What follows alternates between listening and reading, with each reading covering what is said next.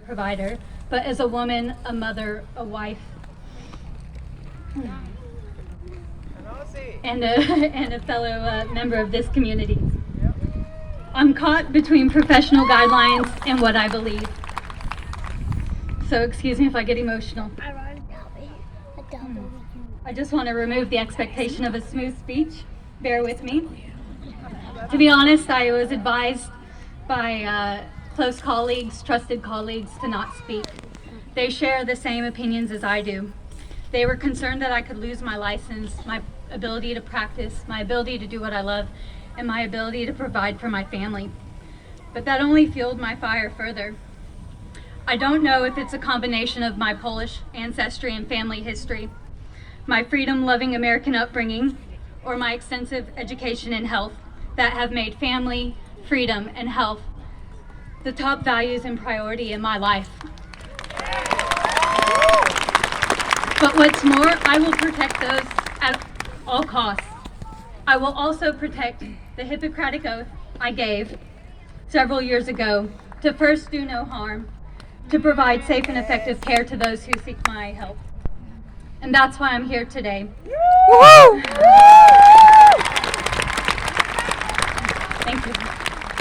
Your support is amazing, by the way. This is an amazing turnout. Now, you may be aware of the censorship on social media and other platforms, but I want to point out that as healthcare providers, we are being censored.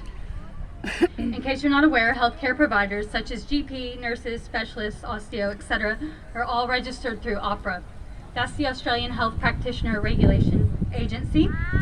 They have the essential job of protecting the public, setting standards for healthcare providers, and making sure we practice within a guideline.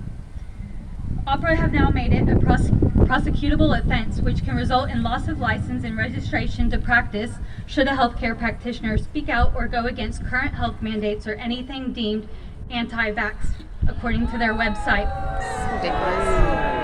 with no further definition. So to be clear, I am not here to speak out about vaccines or current health mandates. I am informing you that healthcare providers are losing their freedom of speech. And not just professionally, but now personally. Should a healthcare provider post any of the above mentioned items on social media, they risk being persecuted by national law. It blows my mind that we live in a time where the news, the TV, the media, influence, and YouTubers can say and promote anything regarding health and the current state of affairs. Or I could go on. I'm just trying to watch my words. But as an educated person with clinical experience and the ability to read and interpret data and research, healthcare practitioners are being censored, for lack of a better word. Got my 1 minute, okay. Now this disturbs me for two reasons. First, as a mom, when I go to the doctor for myself or my children, I ask questions, I do my research, but lastly, I always ask that person in the eye, what would you do if it was me, or what would you do if it was your child? And I can tell you a handful of times they were scared to answer me for a number of reasons. Now, if you ask me that question about certain subjects, I cannot legally give you my professional advice nor my personal opinion if it goes against the grain. Yeah. Is heaven here yet? Now, if a healthcare provider loses their freedom of speech, their ability to I can't hear.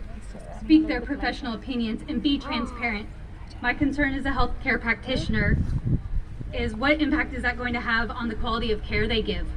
What impact is that going to have on our community, our children, and their future?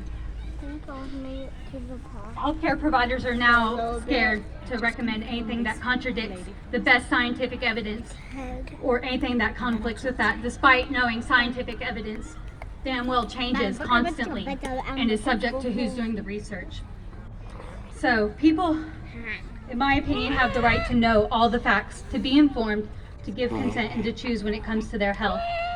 It's my advice to each and every one of you, your health and your family's health are your responsibility. It's your responsibility to ask questions, get informed, find out what makes your body, mind, and soul healthy, and be empowered to make your own informed choice. It is our basic human right.